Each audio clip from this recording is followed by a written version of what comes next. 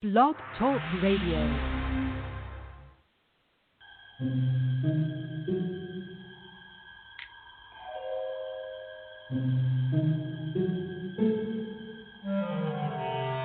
Archangels, ghosts, and Bigfoot, oh my. It's just another night for Supernatural Girls. Real stories, real answers to life's biggest supernatural mysteries. And now, for another exciting interview with paranormal experts from this world and others. Here's your host, paranormal researcher Patricia Baker, on the one, the only, Supernatural Girls.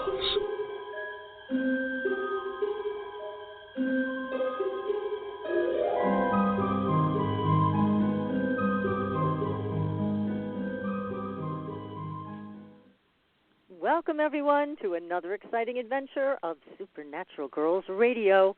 I'm your host, Patricia Baker, and I'm here with my co-host all the way from Tucson, Patricia Kirkman. PK, how are you tonight?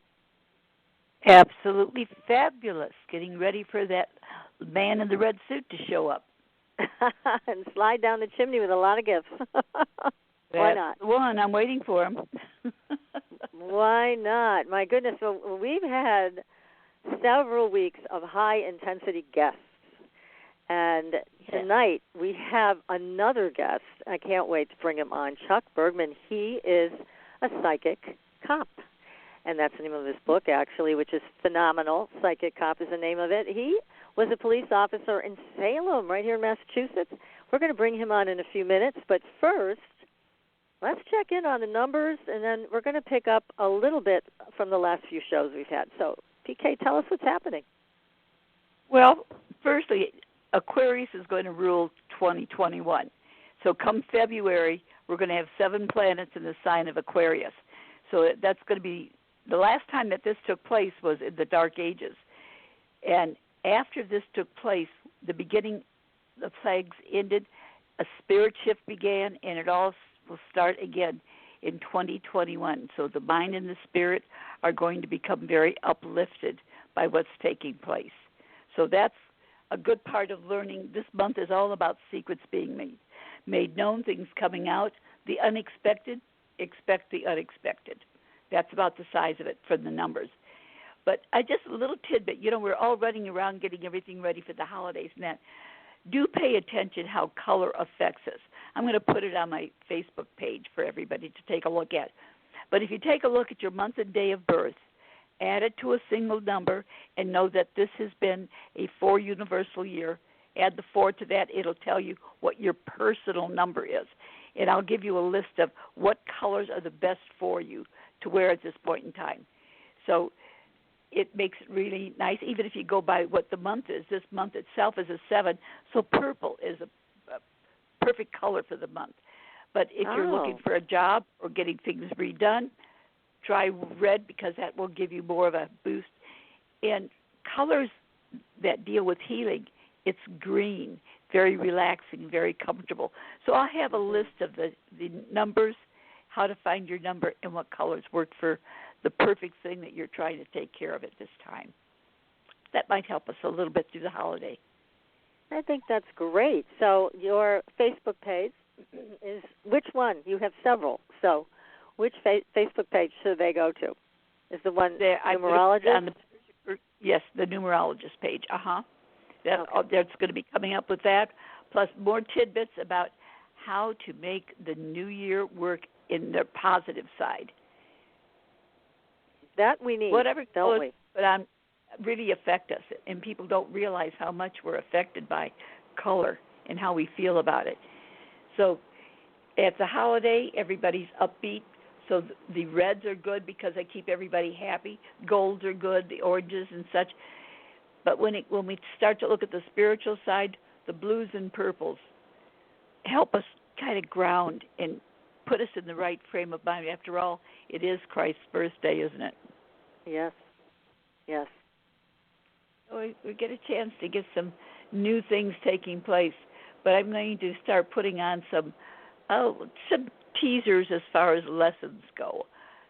Each month I'm going to add something else that they can learn simply by looking at what your own personal number is, what's a positive that will go along for that month for you.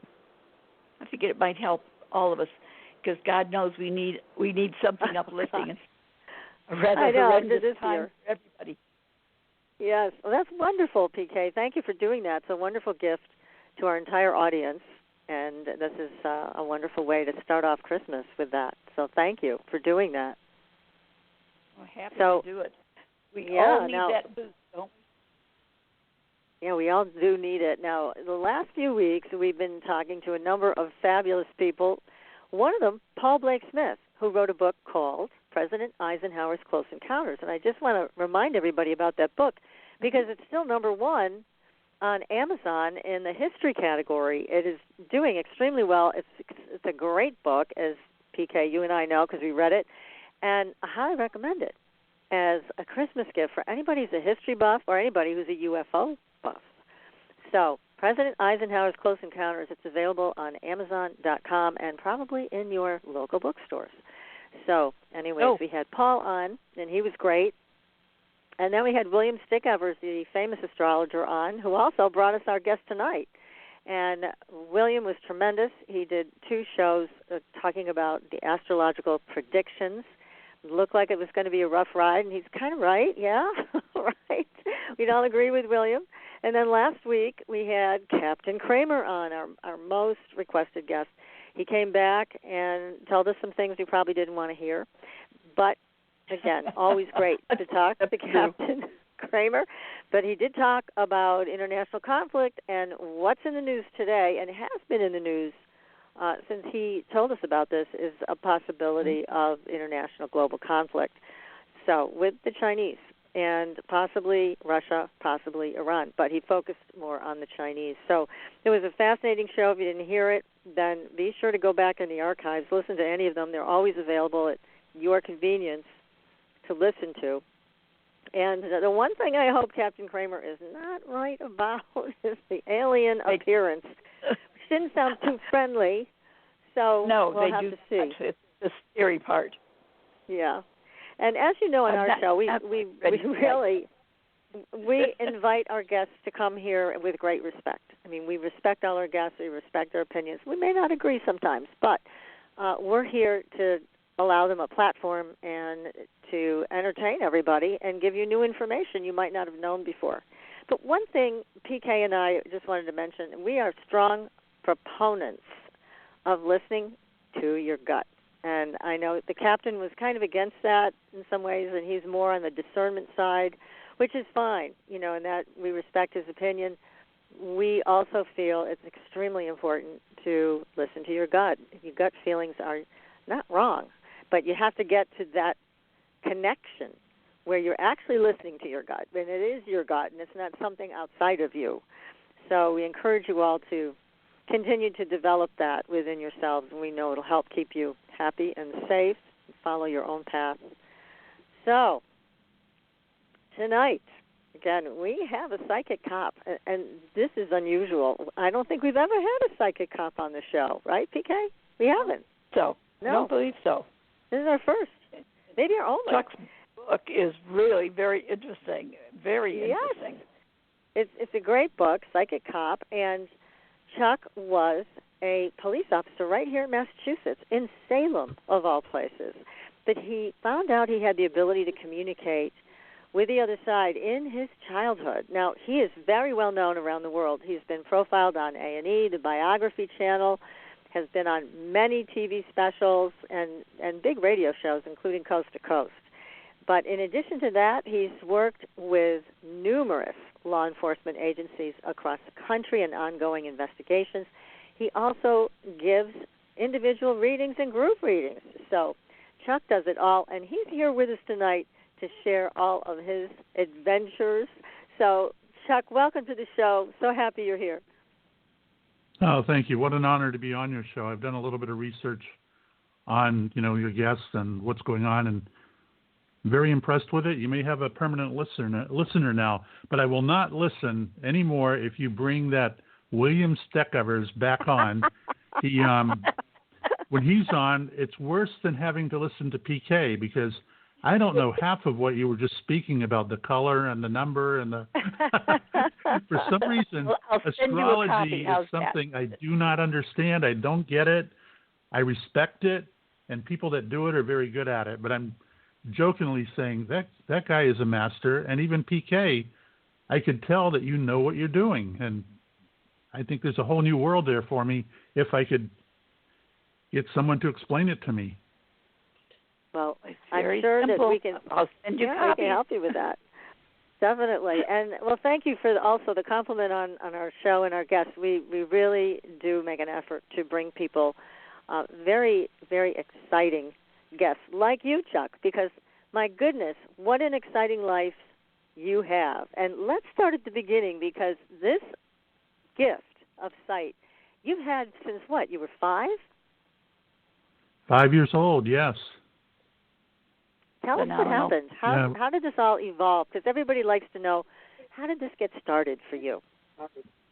Yeah, for me it was a very unusual thing where I wanted to be a patrol boy, a crossing guard, if you will. You know, I knew I could do that when I got into 6th grade if my grades were up. And the patrol boys here in Florida, they'd have this little sash going across with a badge on it, and then a flag on a handle on on like a broomstick or whatever, and they would step out and stop traffic and let kids cross the side streets, certainly not the busy roads, but the side streets. And that was something I wanted to do. So one day I was doing that in the backyard. I had made my own little, a broomstick with a flag on it, a little red flag. And our house was set up so that we actually had a driveway that went to the garage that was seated in the back of the property. So I pretended like that was my little roadway. And when I went to put a badge on, I had to make one out of aluminum foil, but it kept falling off, and I didn't know what to do. I didn't know how to make it stay on the little strap that I had made. And all of a sudden, a man's voice came into my head, and he said, "Don't cry. Everything will be okay. One day you'll be wearing a real badge." Mm. But to me, when I heard it, to this day, I remember how clear the audio was and how calming.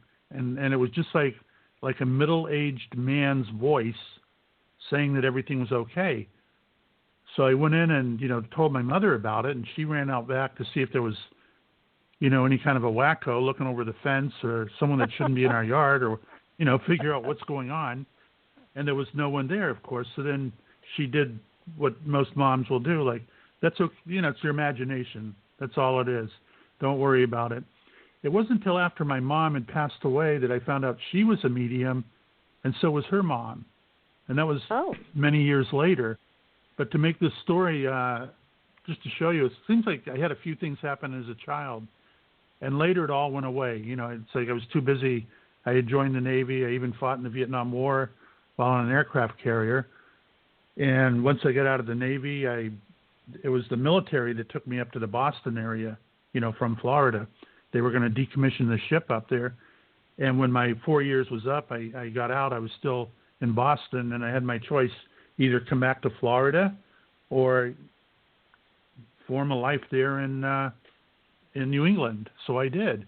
And I got married, had 2 beautiful daughters, and everything was going really well. And it wasn't until I retired and came back home to Florida that I had different things happen while I was up in meditation classes, mediumship classes. I got to do quite a bit. And actually, I was up in Salem when this happened, where I went for a reading, because I started knowing when I was working in a police car, I would know when there's going to be an accident on my beat. I would almost see the people, and I would see the carnage and stuff like that, and say, wow, this is coming up. And within minutes, the broadcast would come over the radio to tell me where to go for the accident. Wow. So I started questioning, what is this? Why do I know this stuff before it happens, and why am I seeing like little video clips? So I went to have a reading, which is easy to do in Salem. The shops are on every corner. Yes, it certainly is. Sure. And it's really great, though. And the one lady, Barbara Strafansky, who was very well known in Salem, I had a reading with her, and we sat there, and she's giving me my birth date and all this stuff she had no way of knowing. And the beautiful part of the story at the end of it, she said, "Chuck, if you ever have another reading, come back and see me I really like your mom, but I love her British accent. And Mom is from England, and this lady had no way of knowing that. So it was after that her and I became pretty, real good friends. I actually joined her meditation group, joined her mediumship group after that, and stayed with it. Now, didn't you have some experiences also when you were actually active on the force to the point where your chief brought you into his office? He did. What happened is, as I got more and more involved with people and started doing readings, and I still had to keep it under the table somewhat. And at one point, I had met James Van Praagh, the world-renowned medium. And when I met him, the first thing he said to me at a book signing was, I feel like I know you. Is your mother in spirit? And I said, yes. And he said, and I believe she's from England. I said, yes. And he said, so is my mother. And your mother is telling my mother that you can do this as well as I do it. So it kind of put him and I in a funny place where we became friends immediately. And he put me on his website. In fact, I'm still on there as a psychic detective. He put me on there as a, person to be trusted to do readings. So it was one afternoon, I got called into the chief's office at work. And it was funny because while he's sitting at the desk and leaning back, he said, Chuck, we need to talk about something. His monitor was being reflected in the mirror, in the window behind him. And I could see the James Van Praagh website on his computer monitor. So I know it was one of those moments. I went, I think I'm in trouble here. And it was funny the way he worded it. He said, this isn't going to go over too well in court if you have a case and the defense attorney brings up like, well, aren't you hearing voices? That's not going to look very good. And it was so funny because I just turned to him pointed to our police patch, which to this day is still a witch riding a broomstick because Salem is the witch city. I said, Chief, look at this. I said, people are okay with that. I said, why wouldn't they be okay with, spirit communication? And bottom line, we did make the agreement that I would keep the department out of it until I retired, of course. And I don't rely on that too much on that background because there are people who will say, of all places, he's in Salem and they've got a witch on a broomstick. That's evil. So I don't want to correlate the two. To me, there's nothing evil about contacting a mom, dad, child, sister, brother. To me, it's pure love. It's nothing that the devil or a witch or witchcraft or, there's nothing bad about it. Definitely not. I thoroughly agree with you. And even Wiccan, I was very friendly with Salem's official witch, Lori Cabot. If you're in Massachusetts, you probably heard her name. Lori Cabot was, yes. Yeah, she was very well known. And it's funny, she would wear her, her cape and hat and everything. And I would be in uniform and I'd be sitting at a table with her having lunch. So people are walking in going, look at the cop sitting there with the witch. Of course, I always had fun with it. I said, that's not a witch, that's my wife. And I'd walk out. Just gave her a ticket for driving too fast. On her broom. Yeah. Oh, gosh. Well, Salem is just amazing. I mean, it's an amazing place. It's very, very interesting. Of course, it has tremendous history. But when you were there as a police officer, were you able to use any of your abilities to solve crimes? Oh, yeah, the very first day on duty. What happened? This is very different. You wouldn't expect me to talk about this, but first day on patrol, they put me in a cruiser with another officer who'd been there probably a couple of years, and we backed into an area, and he's just kind of pointing out, how we would go about stopping cars and different things like that. And while he was talking and everything, a certain car went by, and I went, quick, go pull that station wagon over. He says, why? What did they do? I said, just pull him over. I'll tell you in a minute. He pulls him over and still didn't notice what I had noticed. We stopped the person, and it happened to be a lady driving, and it was a station wagon. I said, well, I see you've been drinking today. And she said, well, I had one or two, yeah. And she said, how would you know that? I said, oh, I know. And I said, in fact, I can tell you it was gin and tonic with a lime in it. And she said, you're absolutely right, but I don't get it. what had happened is she was apparently having a mixed drink at her house in a glass, walked over to her car to get in, and put the drink on the roof of the car. So she's driving down the street with a mixed drink on the top of the car, which is why I wanted my partner to pull it over. I knew that was going to be a funny first stop for me. Yeah. And I said, here, and I reached on the roof and handed her the drink. I said, was this yours? And she said, yes.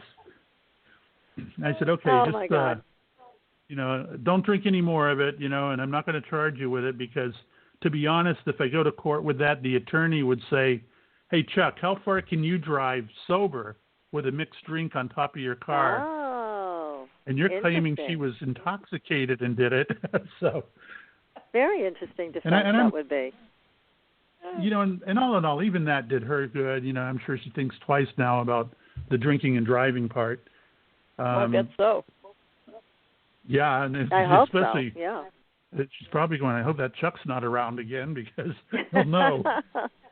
Right. Oh, that's too funny. But that was funny. But as far as using it for actual cases and everything, I really didn't, and it has to do with whether the other officers believed in it or not. They all had their own little position and their own method for handling cases. So it's almost like if they would use me, for instance, which they did not, it would be more to test me, to see if I'm accurate or not.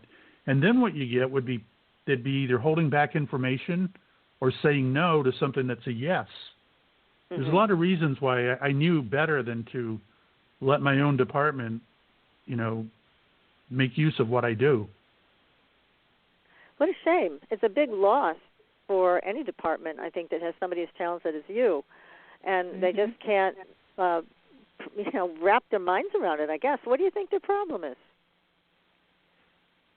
I'm not sure, other than it would be difficult to explain in court. Well, we knocked on this door, or we found the body because a psychic told us to do it. It does.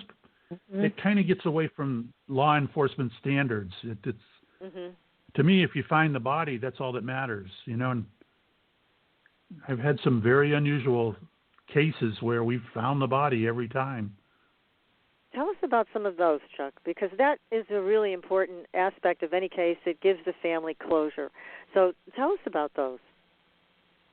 Well, the one that pops up is one I did in right around the Sarasota area where, because I'm still interested in how the information comes in, why does it come in, how accurate is it, and all of that. But in fact, they videotaped me when this happened. It was a boyfriend, girlfriend. I think they'd just gotten engaged. It was New Year's Eve. They had a hotel room right on the water, and the boyfriend allegedly left to go join another party, which didn't make sense. Well, if you're with your fiance in a hotel room that you've rented right on the beach, why would you leave to go join your buddies to have a drink and then come back? Well, it just didn't make any sense that he would even do that. Right. But what happened was, weird. And his story is when he came back, she had taken her own life. But what I appreciate on this is me not knowing anything at all. All I knew was the female had taken her own life. That's all the information they had. I went to the hotel people were kind enough to give us the room for the whole day to see if we could see what I could get. And it was strange. As soon as I walked in, I looked around the living area, and I said, it didn't happen in here. I walked into the kitchen. I said, no, this is clean. Nothing in here either. And then there was like a room off to the side, and then there was a bathroom. And what are the odds that I would select the bathroom, and then I said, this is where she was found, in the shower stall, and I see her hanging from the shower head by what looks like a dog leash. Oh wow. Exactly how she was found. Mm-hmm. And to me, when you can get that kind of perfection in an image, almost like I had seen photographs or something, and I would never go into what I call go into a case dirty. If I know too much about a case, I don't want to touch it. I don't want to go into it. Because then you're going to be prejudiced and you won't come out with the correct information. Every time you get information, you're going to say, no, that doesn't fit what I've been told, so it's not going to work. I like to go in fresh. I'd like to know just a little, but I don't want to know a lot. And as it turned out, I don't know where we stand with that case today, but I was able to prove that she was actually murdered by her fiancé. God, you know, and by the way, that ended up on the Dr. Phil show, and when I watched it, one of the interesting things was they don't have a time on him leaving to go join his buddies because he had one of those passes for the highway, so when you go through a toll booth, you don't have to pay a toll, you know. I forget what they call it, something here in Florida. I've got one in my car, but rarely use it. But anyway, he was so clever. When he left, he didn't want to show the time that he left. He just wanted proof that he came back and joined her around midnight. That's all he wanted. So when he left, he ended up dodging those and paying the toll by giving them money. And little did he know that they were still taking his license plate, and that could be queried. And they had pictures of him hitting every toll booth.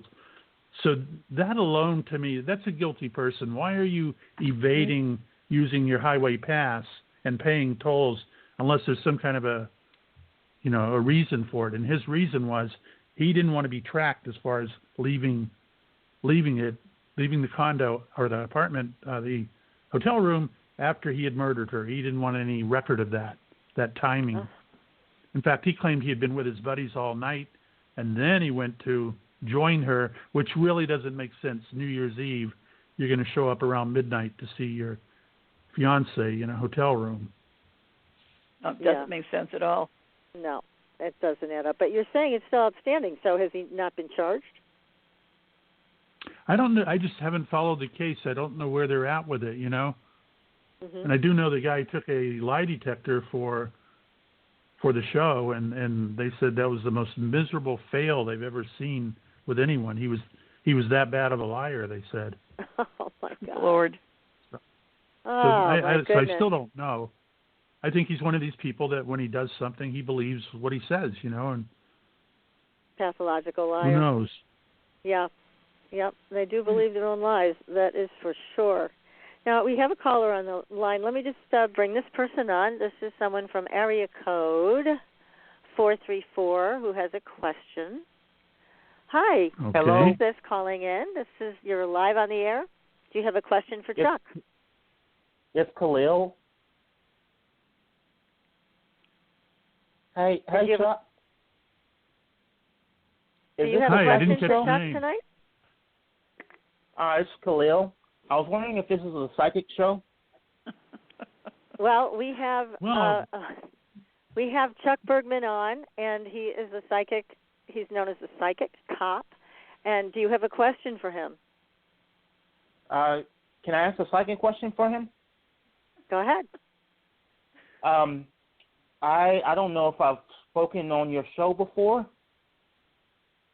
but I was at I remember I was talking to somebody, an officer, and he was saying that at presidential events they basically have people posted at like federal agents posted in one particular spot, and they can't leave that spot. And I was wondering when I was at the presidential event if the same person, the same woman that was there with the sunglasses, if she was in the same spot. She was at the same spot at when I first got there as to when I needed help finding my phone.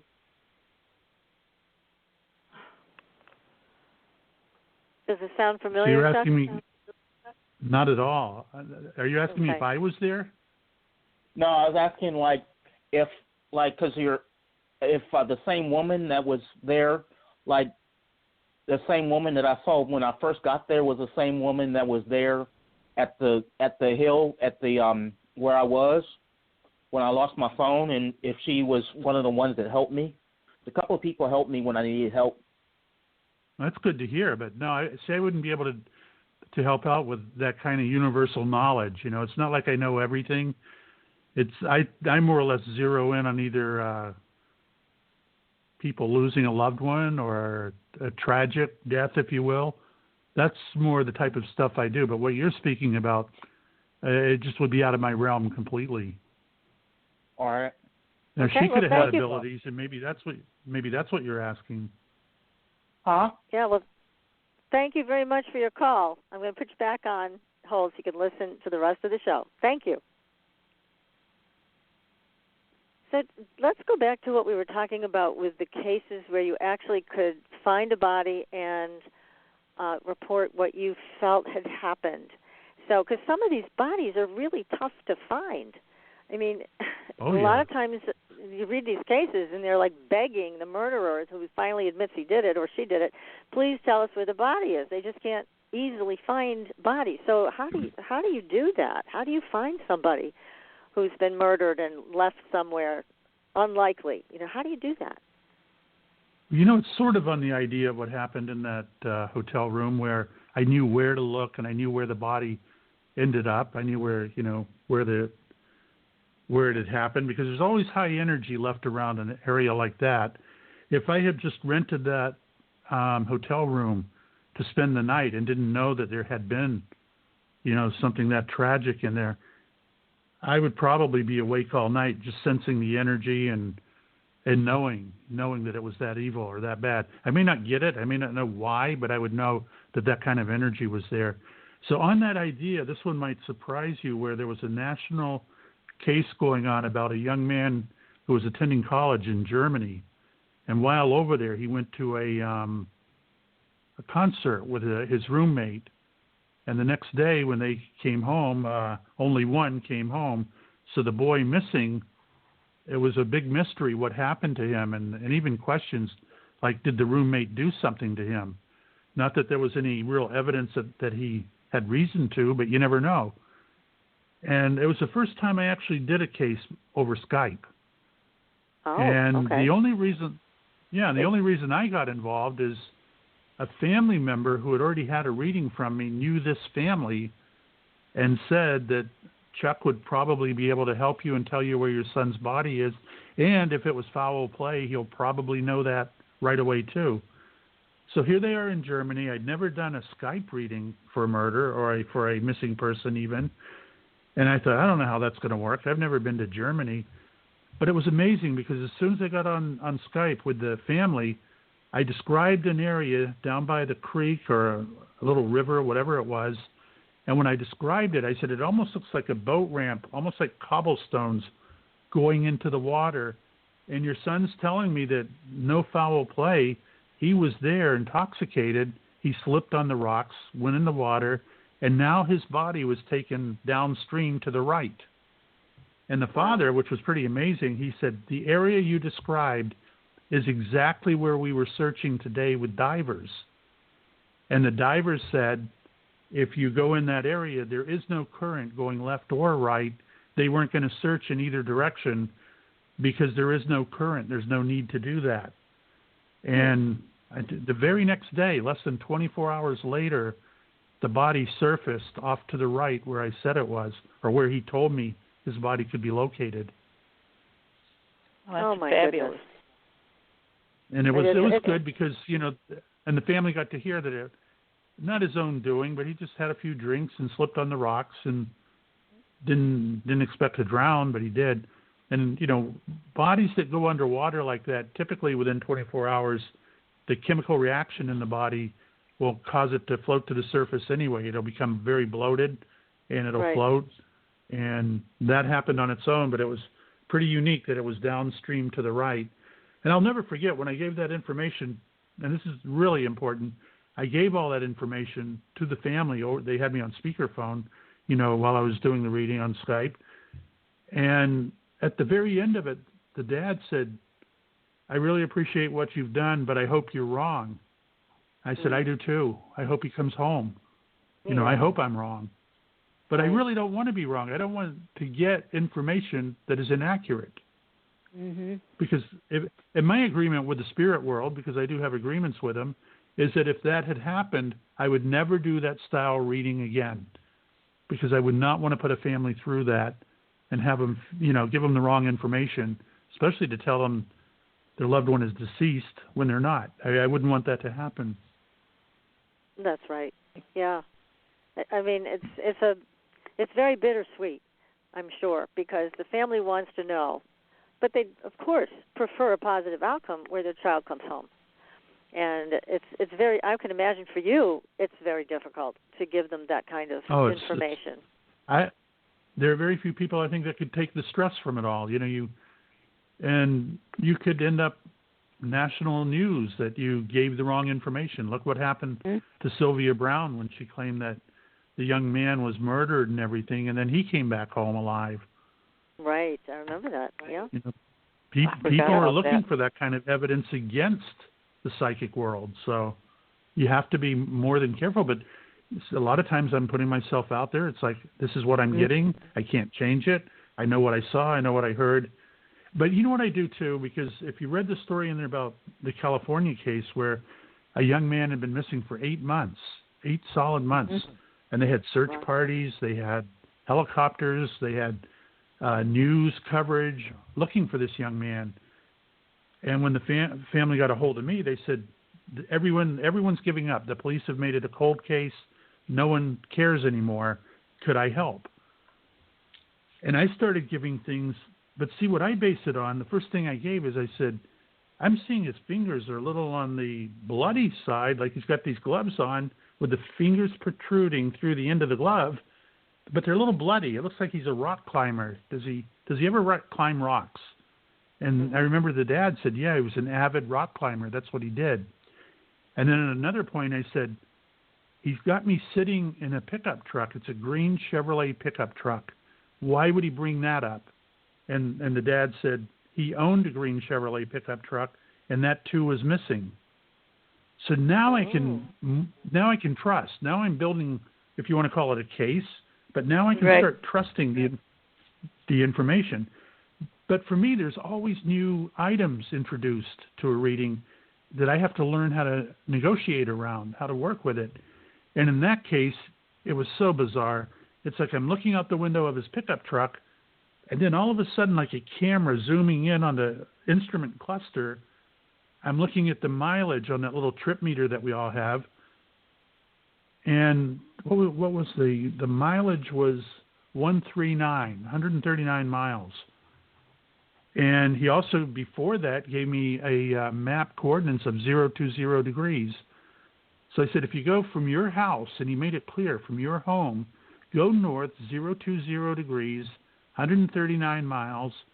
Whatever that spot is, it's a 2-part name starting with the letter S blank blank, space, and then the letter N as in Nancy. And the dad said, well, it's the Sierra Nevada mountains, and that's where he used to go mountain climbing. Oh, my. So when they followed everything through, I think it was really amazing. After searching 8 months, not having a grip on what really happened to him, where the X ended up on a map, they took it to the police department in that area, and they had the local traffic helicopter fly over because I gave them one piece of information that was vital. I said, his pickup truck is at the location where you put the X, and his body is next to it. And when they flew a helicopter over where the X would be represented, they spotted a green Chevy pickup truck. They had to get up there on ATVs. It was that bad of an area that time of year. And there was the truck, and his body was next to it. Oh, so that was 24 hours after having a reading, and yet before that they had searched for 8 months.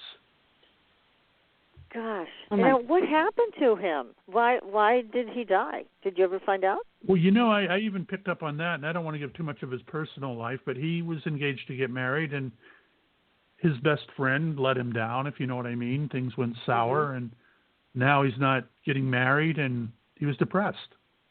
Oh. That's sad. Very. It's very, very, very sad. That's what I mean about, people can say what they want about mediums, psychics, but you get a lot on your shoulders when you do this work. That's well, you for really sure. do. Yeah, you do. And not only that, but I'm sure you've seen some pretty horrific images of murdered bodies, and that's a pretty tough thing to sleep at night with, is those images. How do you deal with that? It's almost like an agreement I have where if I'm out having a dinner or if I'm out at the supermarket, it's like I couldn't connect if I wanted to. It's kind of disappointing. Not to say I haven't had people come up to me and out of the blue, and they already know who I am. They've either seen a thing on TV or whatever, and they'll just say, I really like your work or whatever. And I will give them something that I'm picking up on them that is totally unexpected. What was the cutest one I did, where I was putting my son in the car seat. We just had a place at the local steakhouse, and it was a darkened parking lot pretty much. But a young man came out of nowhere. I thought I was being robbed at first. He said, no. "Sir, the people I'm sitting with in that restaurant, they know you, and they told me I should talk to you because my grandmother died a couple of months ago, and she was more than a mom to me, and I'd really love to hear from her." And I love this story because it tells how bold I have to be and how trusting I am of the imagery and the feeling, and if they want me to do something, I've got to really trust it. And in this case, I wanted to take the fingernail on my index finger, right hand, and go to the edge of his mouth, on the left side of his mouth, and scrape the skin going, heading toward the ear, but only a certain distance. So I did that. I said, your grandmother's here right now, and this is what she wants me to do. And I scraped his skin, like, Yeah. And he covered it with his hand, and he started crying. Aww. He said when he was a little boy, he was running through the house. His grandmother was watching him, and he grabbed a fork, put it in his mouth, and then he fell down when she tried to grab him. And the fork went right through the side of his mouth and left had to go to the hospital and everything. But an ugly scar that stayed with him for years. But when I was talking to him, it had already healed. He's much older. Mm-hmm. But for him, it was so perfect. And if I didn't trust and I didn't scrape the edge of his mouth, it never would have had that kind of impact with him. Yes. Yes. And what I That's liked right. about it is I said, God, I'd love to be a fly on the wall now when he goes back and tells that of everyone.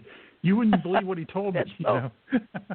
What? That's so. Which is cool because I didn't go to the restaurant to give a reading or tune in to Spirit World or anything. I just wanted to have time with my little guy, my son. Yeah. Right.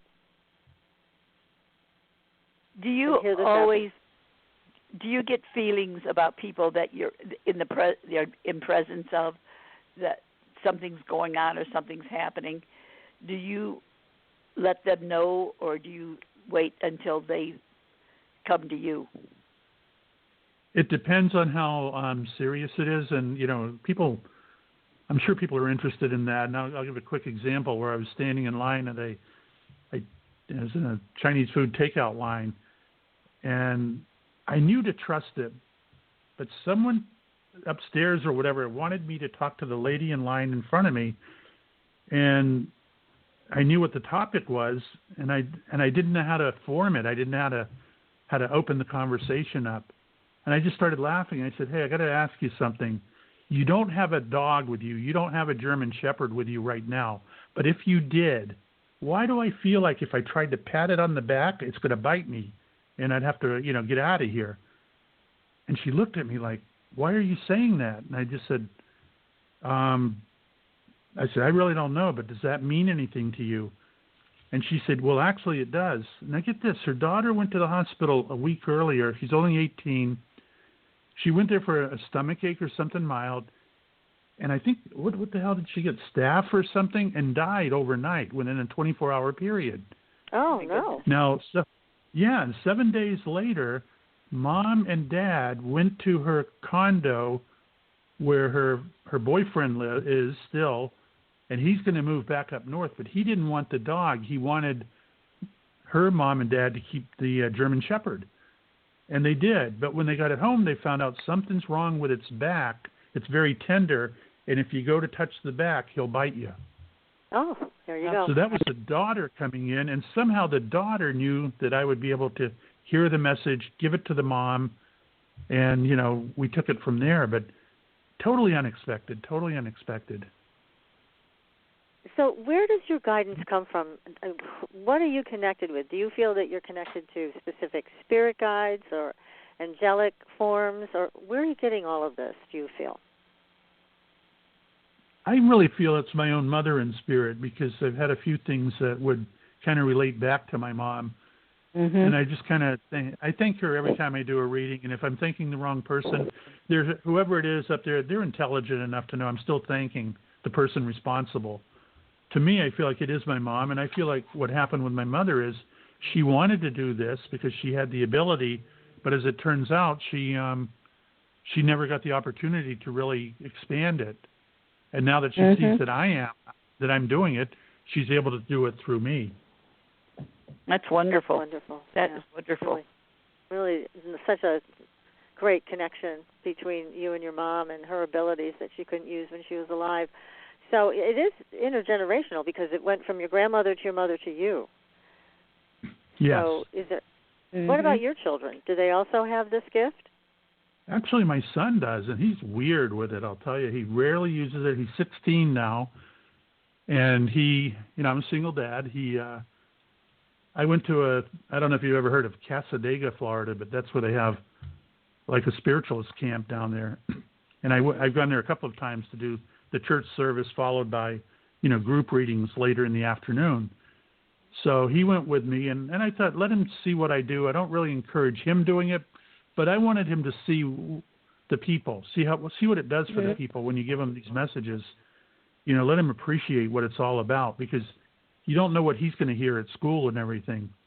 So anyway, we did the group reading, and he's in the other room with all the young kids. The parents had that was a playroom for the younger kids with a person there to watch them. So when it was all over, he came into the room that I was in, walked up on stage, and out of the 200 people, there were probably 50 people left in the room. And it really surprised me that a lady said, "Hey, I want a reading from your son." And just as I was getting ready to say it, he doesn't do readings. I've never seen him do one. He said, "Yeah, Dad, I can do one. Can I do it?" And I thought, oh, my God. Wow. No stage fright, no nothing.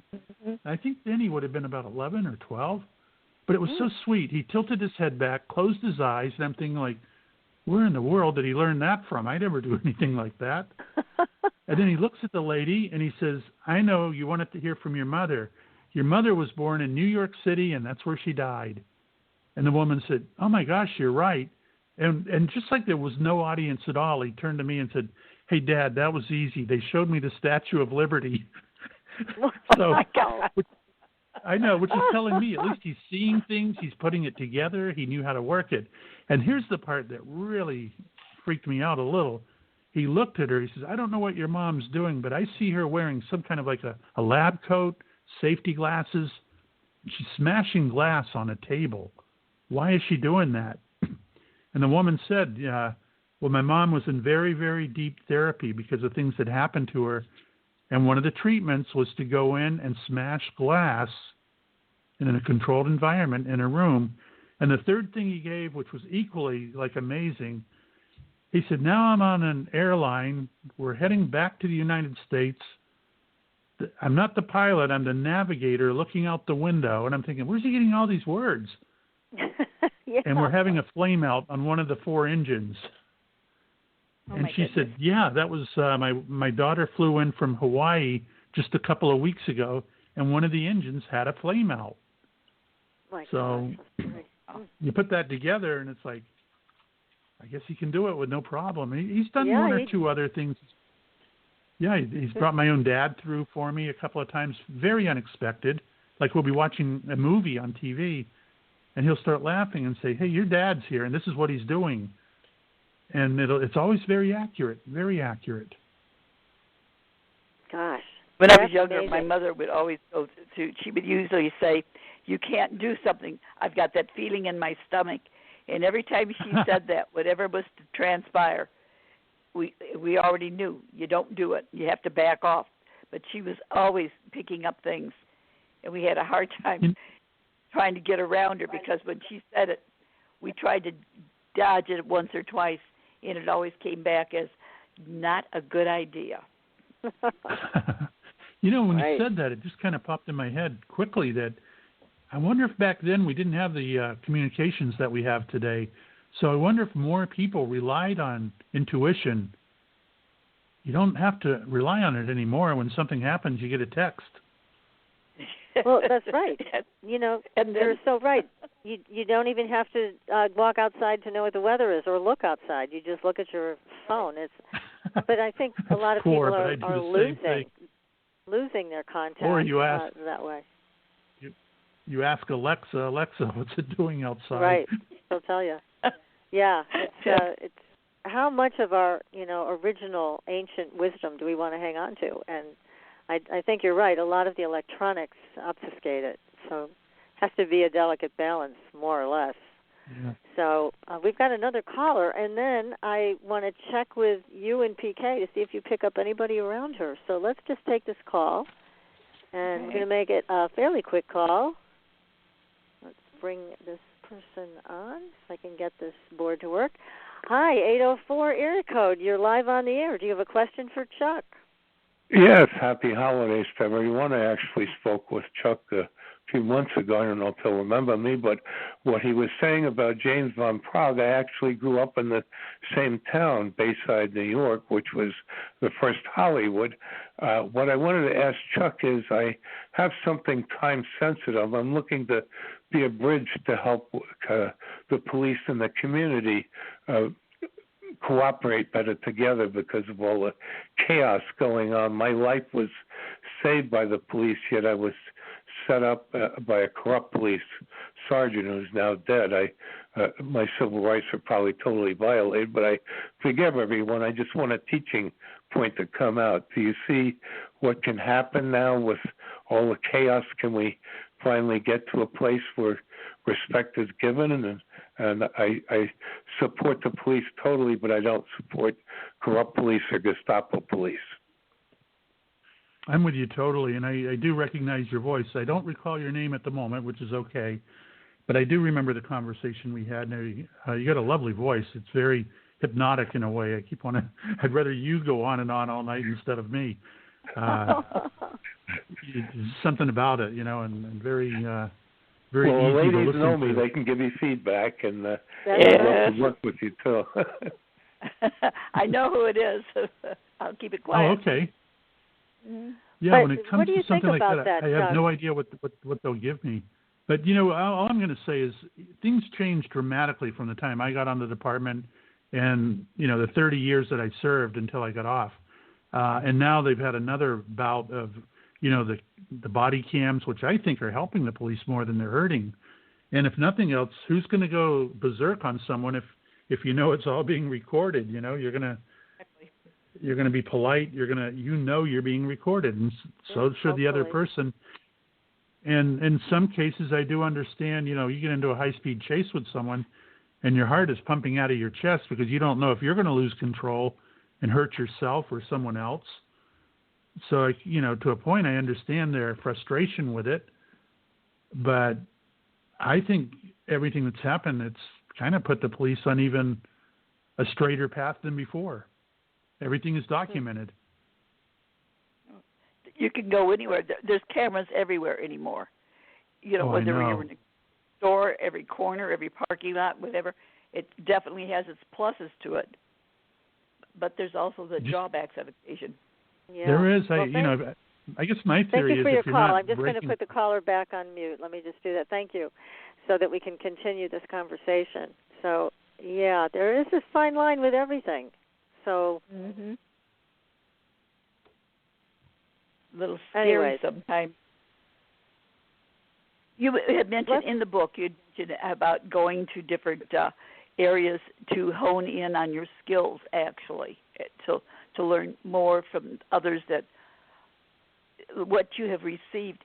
Do you recommend that someone that has feelings that they have a talent for helping read, that they go through looking for other mediumships or going to different areas where they can practice and get to use the skills that they have? Oh, absolutely. But, you got to be careful on who you select. I've gone to different meditation groups, and it just wasn't my cup of tea, the way they were run and the way they did things. I'm more of a nuts and bolts type of person. I want realism with it. I want proof.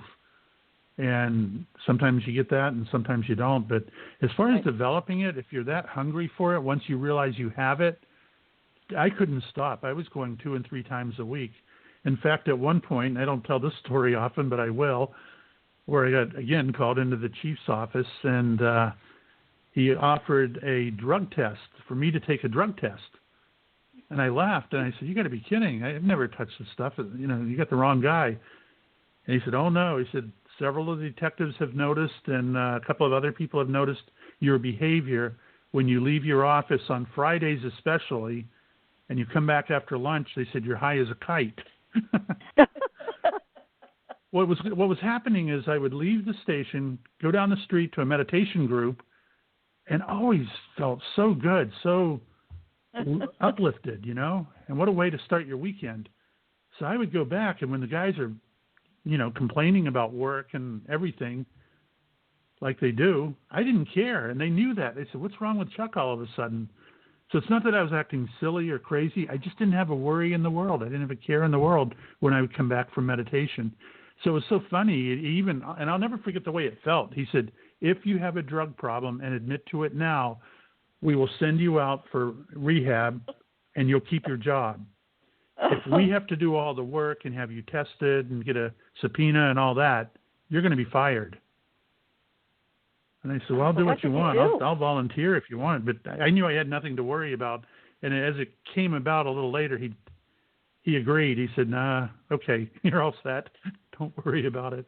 But that was kind of a scary thing to think that, you know, my career could have ended over something like this. Yeah, that is scary. Yeah, that is something. Well, PK's been very anxious to see if you pick up with anything around her, anybody around her, any messages for her. Can you do that?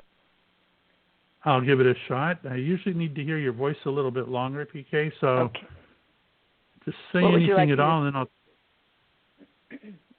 Is there anything when particular you'd talk about?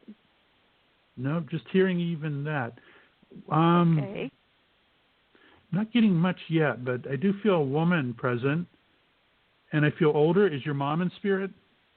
Yes, she is. If I had my choices, I really do feel like I'm going to go with her, but she's got to give me something that you're going to recognize as being your mom. Would I see her around different pets like dogs, several? She wasn't fond of animals per se. Do you have any pets that have gone over recently, especially a dog? Because she's around a dog or a couple dogs around her right now. That's strange. When I was a kid, I had a dog, but Mother never liked animals that well, so she made me give it away. And I've thought about that dog. I've used it for my passwords and different things over the years. I still think of that it was a little white dog, and she tried, but she just it's like she could smell the animals, and it always stressed her out. Yeah, but I wouldn't be surprised if she's just talking about, and I wouldn't know that. It's the fact that you like the animals or you like the dogs, and it was dog in particular that she's trying to get my attention with. So let me just try something else with her just to see what I can get. And I'm feeling really unhappy with the way a work environment treated your mom. Did she get fired for something she didn't do, or? No, actually, she was a stay-at-home mom, but she was always investigating things. She was the one, she would get these gut feelings about things. She always wanted to know the how come and the what fors. She had a very good mind. She was a very good writer. She would go write all these different stories about different things. I could be picking up on that, but let me ask you, did that happen to you, PK? Were you improperly fired, or you felt like it was? Yes, I was. Painful. Way back when. And this will happen. This will happen where I don't know if she's talking about herself or talking about you. The dog was about you, and I think the firing or the, losing the job, which most, a lot of us lose. Most of us quit over a period of time. That's not going to happen. It was a situation that if I stayed, a person that had 3 children and was responsible for them would not have a job, so I let my job go so that they could have employment. Yeah, and that does have that kind of feel to it, like an unfair thing happened to you. All right, now here's a strange one. I do like the strange ones. Do you ever have a car that was completely painted over? It doesn't have to be that it went to a totally different color, but I feel it was painted top to bottom. Yeah, I believe so. Yes. That's a weird one, and I've never said that to anyone during a reading out of 30 years worth of readings. But I know what I'm...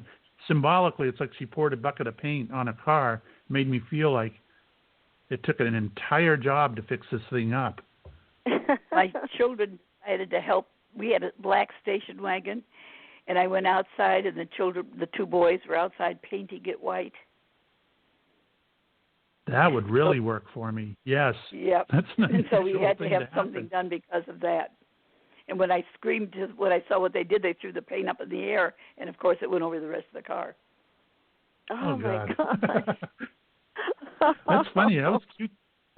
I know it's your mom's energy, and I like the way all of this is happening.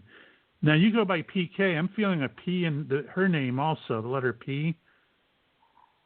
No, her name was Marion. Marion? No, I'm getting a P sound.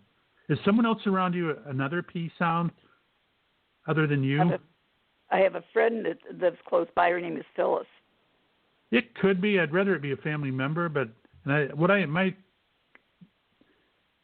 technique is don't burn too much energy on one thing if it's not making sense at the moment. And sometimes later on, the next day or two, people will remember, and they'll know, like, oh, now I know what they were talking about. But I'm just see what else I can get. This is a funny one where I feel like I'm sitting in a park feeding squirrels or pigeons or sitting in a park, beautiful park. Did you do that? I'm even getting park bench.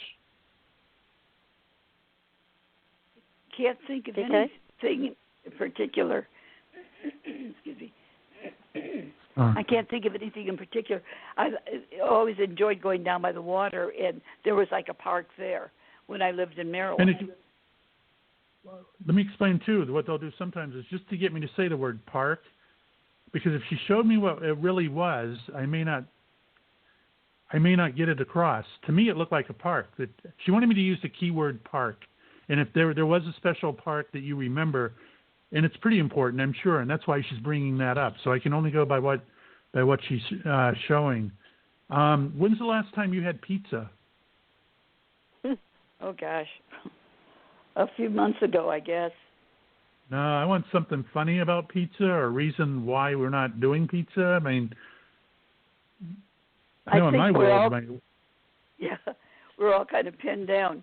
Well, my mother was Italian, and of course, we had that as a kid. But my grandmother used to fix it. She used to call it cuturuni, and that was like the bread with the tomatoes and onions and everything on it. Oh yeah, because she's showing me a pizza, and I'm sure that's why.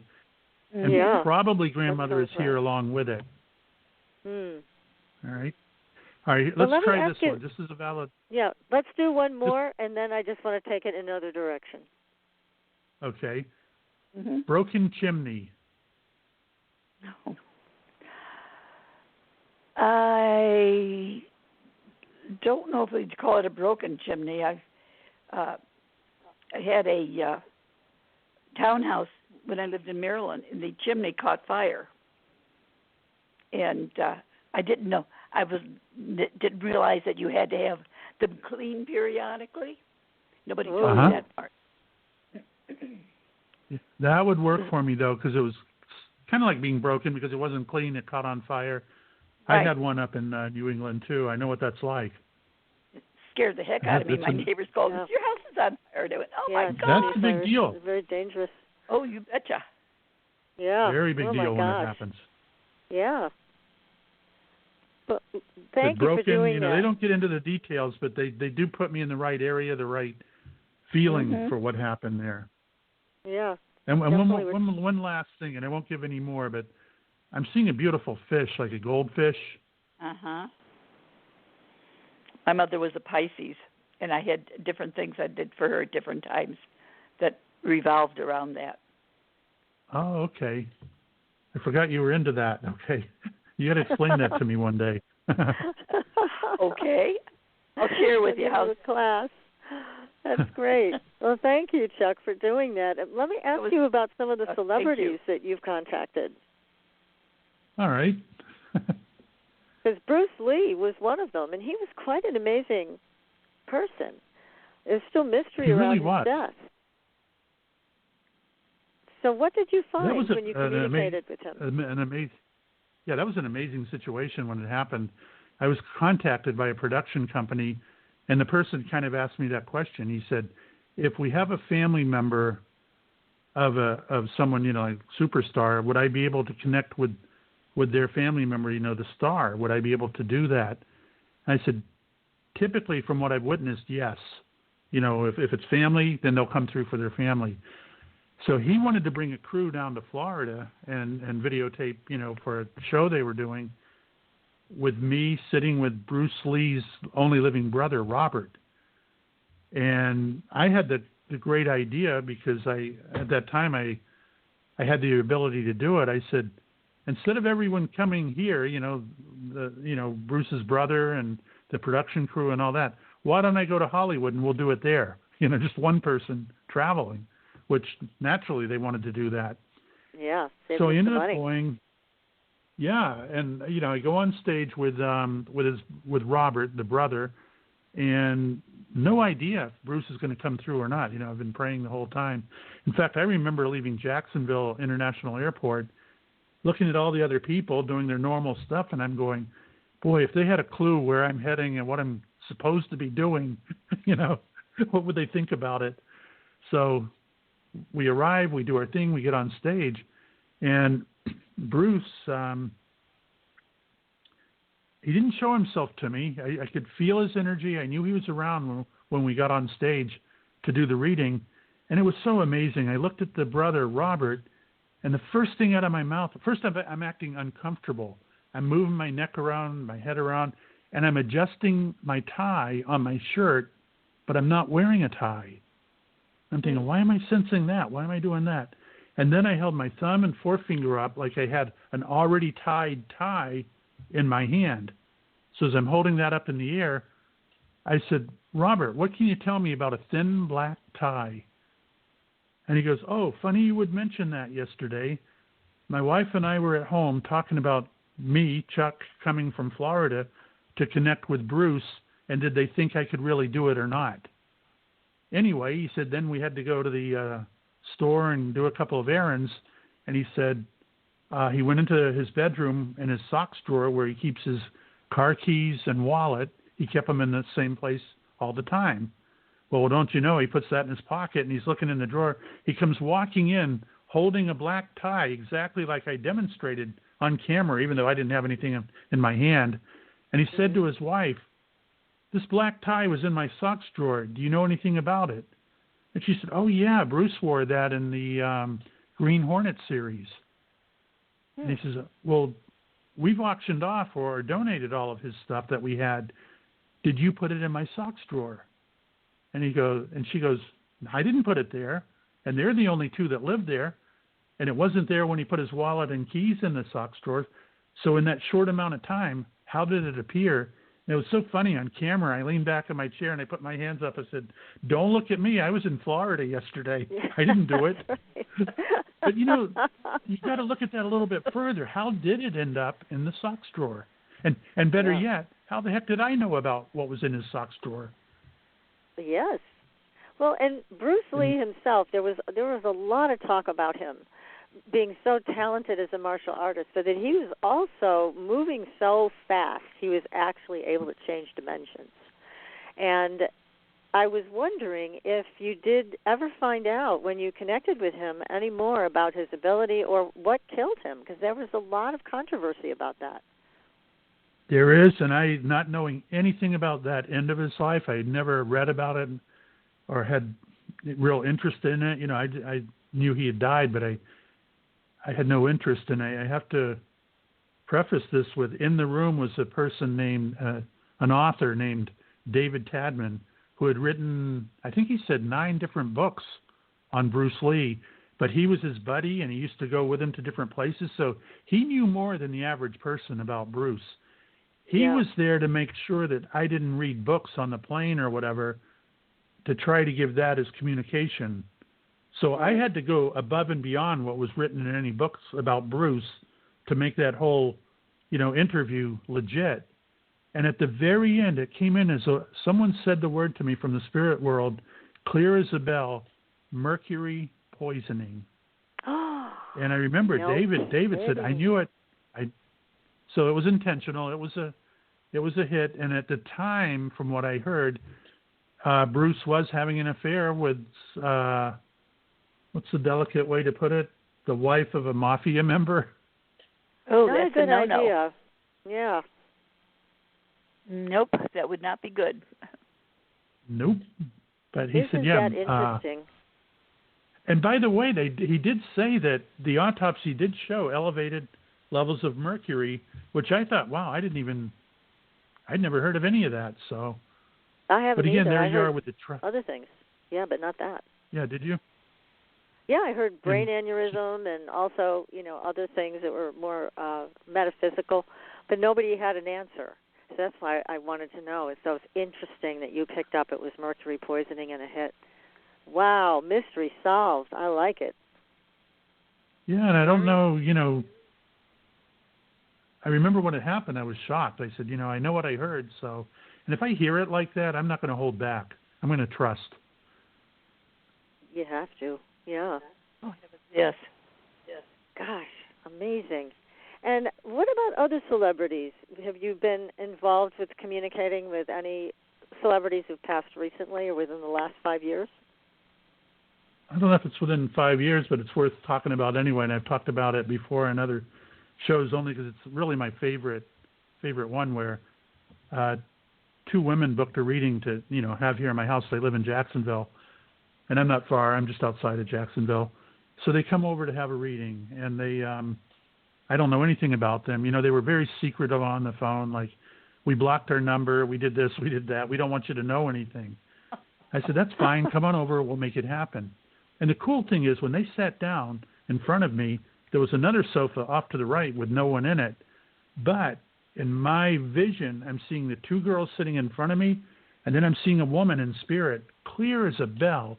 There was no difference in her makeup and her clothing and her skin tone than the two two sisters sitting in front of me. So I thought, wow, this is going to be pretty easy. I can see their mother. And she told me how she died. In fact, it was a different kind of story. She said she entered the hospital with a case of pneumonia. Things went wrong, and she died in the hospital. And it was only weeks ago, when we had the reading. So anyway, I'm going on with the reading, and I'd kind of glance over because I'm in awe that I can see their mother detailed, and I'm not telling them that I see her. And then all of a sudden, it goes wacky. I hear a man's voice. He's sitting next to this lady, and it's Ray Charles. And I knew the voice as soon as I heard it. Hey, Chuck, tell them I'm here. Ha, ha, ha. And he's laughing. He's got his sunglasses on. He's in a white V-neck T-shirt. And of all things, red paisley boxer shorts. And I know, knowing what I know about the spirit world and how they communicate, I said, there's got to be a story behind that. So I'm going to find out later. Anyway, we go on with the reading, and he keeps saying, come on, tell him I'm here. And I'm going, no, they'll think I'm crazy. I'm not going to say Ray Charles is sitting in my living room. So finally, Lovey, the one sister, says, Chuck, who are you looking at? There's no one over there. She said, but the look on your face, you're seeing someone. I said, yeah, okay, I'll level with you. I'm seeing your mother, and I'm seeing Ray Charles. And they freaked out on me. They were so happy, so excited, because Ray Charles is their brother. And it was right after his death. For heaven's and I sake. had no idea. Wow. And amazing. Later on, after the reading, I said, there's got to be a reason. Why did he show up in a white V-neck T-shirt with red paisley boxer shorts? What's up with that? And they started laughing. They said that was a story that no one knew about but the family. And it had to do with when Ray had been traveling the country and getting awards and everything. And one night, the police came to the door, and even the neighbors wouldn't tell anyone that that's where the mother lived because, he would visit his mom. I think he lived down at the School for the Blind in St. Augustine, which really isn't that far away.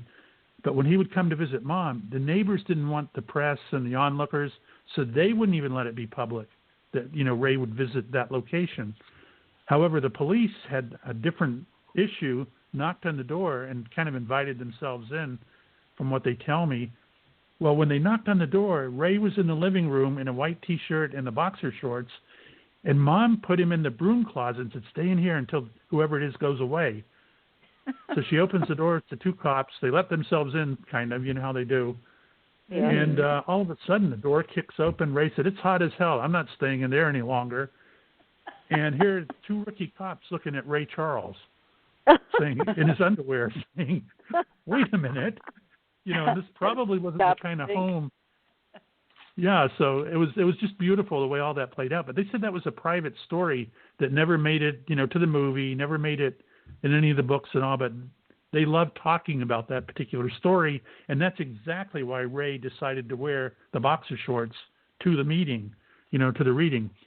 And one more thing, you know, people can say what they want about this world and what I do and being a medium and like it or not like it, but, you know, when they went out to the car, the two sisters came back in with the Ray Charles family photo album, and I got to sit at my snack bar and turn all the pages and look at Ray. And the two girls were in it in the photo album. So was Ray and his mother, and she looked in the exactly like she is in the photo album, you know, the live image that I got to see.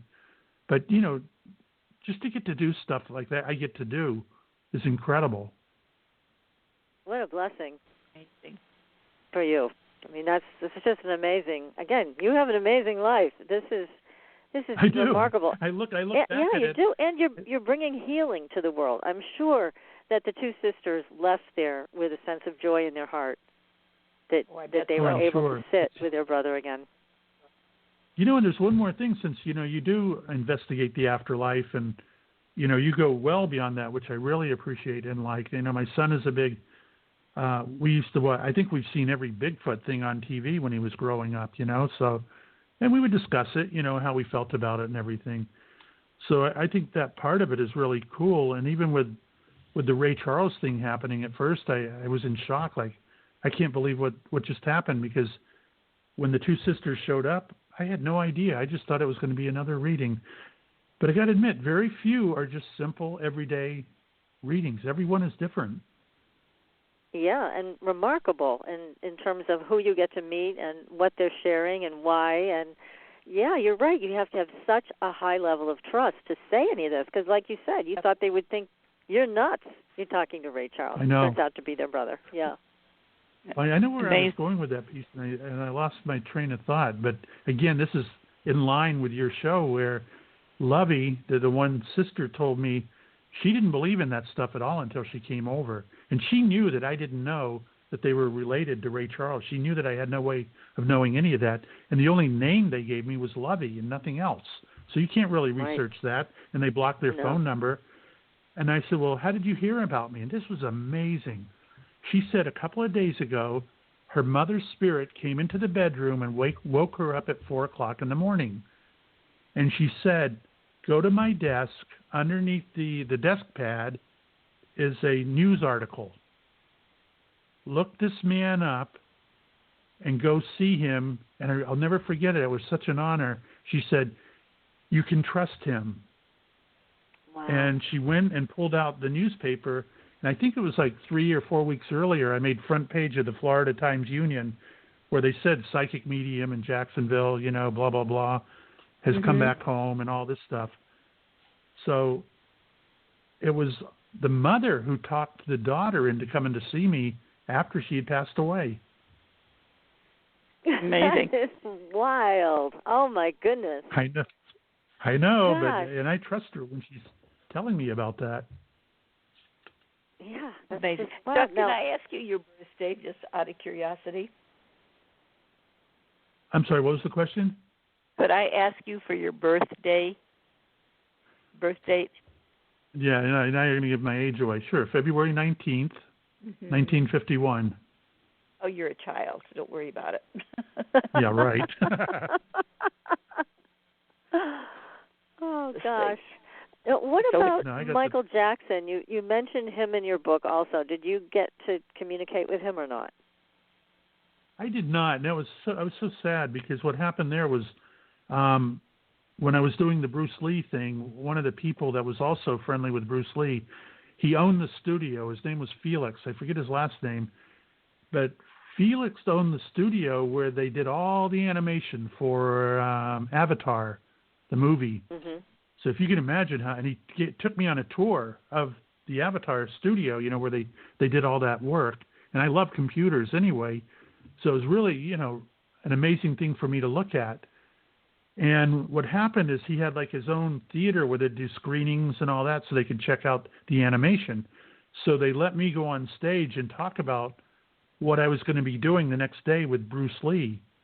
And you know, for his employees, or I don't know, about 100 people in the room. And after I gave some really remarkable readings in there, one guy said, I work on Michael Jackson's estate. We would love to have you walk the grounds and see what you pick up. But unfortunately, I was doing the Bruce Lee taping the next day and then flying home right away. If I had one more day, I would have done it. Oh, well, an opportunity that would have been. Yeah. Oh, he was such an amazing performer, yet such a tragic figure personally. I know, isn't it? I still wonder, at this age now, he would probably still have everyone enjoying his singing and dancing, and he'd probably still have that ability if he were here. Yeah, no doubt. I mean, he was just an enormous presence. I mean, Ray Charles was as well, but with Michael Jackson, there was this big, big, big personality on stage, and then so much trouble underneath. So maybe you'll get an opportunity. That can happen with a lot of the super figures. Yeah. Mm-hmm. Yeah. Yeah, but what a lost thing. If I could have done that, I mean, I thought, and the guy asked, in fact, what did he said MJ's Ranch, and I thought I was hearing things when he said he worked at MJ's Ranch. You know, I mean, when you go to Hollywood, it's amazing how they're all connected there. Yeah. Oh, yes. I said, the MJ Ranch? And he said, yes. And he could get me on. He could get me on the grounds and in the house, he said. Oh, how interesting that would have been. Yeah, maybe it can still happen. It sounds like it would be a great thing to do. So many people are still interested in him. Yeah, and even talking about it and wishing I could connect with Michael, he's still not going to come through unless we get a family member, usually. Unfortunately, it's got to go that way. Well, he's got plenty of those. So maybe that is something that could happen. Yeah. Goodness. And anybody else that you can think of that you had a good connection with in spirit? I do, but I don't want to give it, and it's an incredible one, a good one, but it would give the subject away, and he wouldn't appreciate it, I'm sure. Oh. But it had to do with a superstar that, I'll just say it's connected with John Lennon. Oh, okay. That should be And this person is connected with John Lennon, and so I'm going to say on that end of it, connected with John Lennon, and everything that came through was totally accurate, but I didn't know that that's who I was talking to or about until the whole thing was over. Oh, then it made sense. So yeah, it was kind of cryptic for a while, but the person receiving the reading knew and was very, very, very, very close to John Lennon. So another remarkable performer. Yeah. Gee, what excitement you have in your life, meeting all these people. I never know when the phone rings or whatever. I never know. Now, what if somebody would like to have a reading with you? How did they get a hold of you? I'm still doing phone readings. I'm kind of not doing a lot of in-house because the obvious with the COVID. But if you go on my website, there are a couple of places on there you can click, and a little booking calendar. You book, pick your date and time. You know, it'll only give you what's available, and then I call you. We do it over the phone, and you're at Chuck Bergman, BERGMAN.com, right? Right. And if you can't remember that, put in Psychic Cop. My book will pop up, which also links back to the website. So you are available for individual readings, and you probably don't do so much with group readings anymore because of COVID, so it's more individual. And what about when law enforcement does want you to get involved? Give us a scenario. What's likely to happen? It can go in several different directions. What I've had a bad experience where I went all the way to Texas, and it was very sad. I think 6 girls went missing in a like a 2-week period or something. And I started picking up a lot of valuable information. I even said at the end of it, all the girls will return home but one. One will never come home. And that was like 6 years ago, and she's still the only one that has not returned home out of that group. And I don't want to give too much, but there was a possibility that they had formed like a suicide pact, because kids were doing that back then, making those kind of agreements. And it was sad, but what happened here was the detectives with the police that had me come and do this, and I was fortunate that I had someone I could even stay with while I was there. And don't forget, the police aren't going to write you a check or cover your expenses or anything. No. So, No. yeah, I was lucky that I had a friend there that put me up and even gave me a car to use. I don't want to brag, but it was a Jaguar. It was nice. So, thank God it was a nice car. So I wasn't doing that bad. Yeah, she was a great lady and really helped out with that. But what happened was I gave unbelievable information. And they had already been working on that case for months. And I came up with stuff that took them months to find out. And just as I was zeroing in on who committed the murder and where the body was, this is all on day number 1, the lead detective wanted me out. He said, well, he's had all day and he hasn't found the body yet. For God's sake. I said, well, it took you how many months and you didn't find it either yet. But then I come to find out, one of the female officers that he had an interest in was also claiming to be a psychic and wanted to overshadow me, that she could do better. And he wanted to give her the chance. Oh, wow.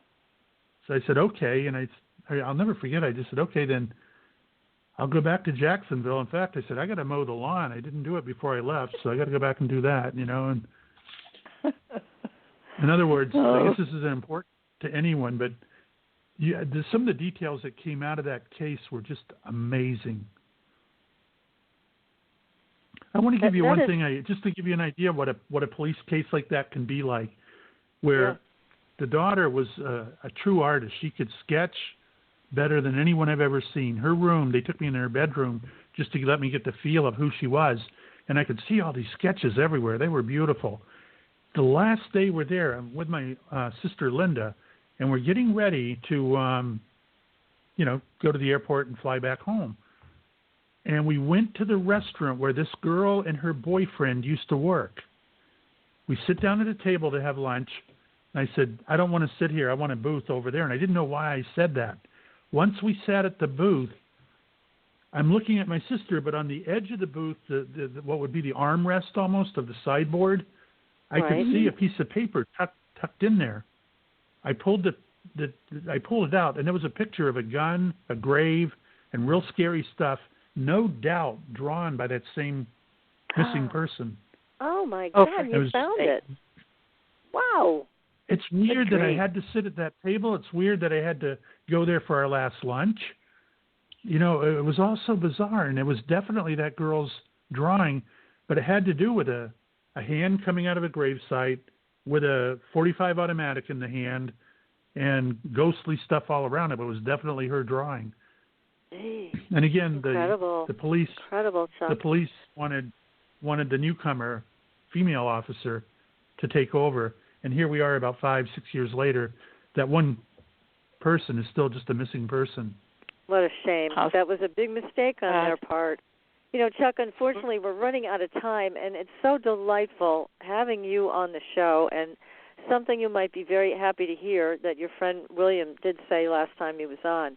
The paranormal is going to be front and center for a number of years, starting next year. And so he said it's going to be amazing, the kinds of technology that we're going to have access to and being able to see people on the other side. He says it's going to be just incredible. But anyways, we're going to have you back and continue this amazing conversation.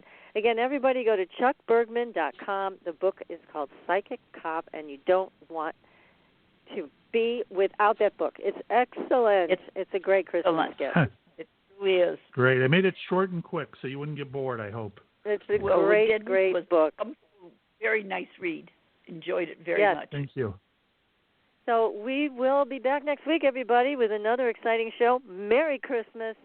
Be safe, everyone. We'll be back again, and we're going to keep talking about Spirit World next time. So join us then. Until then, we'll see you on the Blue Highway. Good night, everyone. Good night and wonderful holiday. Thanks for listening. Tune in next week for another radio adventure with Supernatural Girls.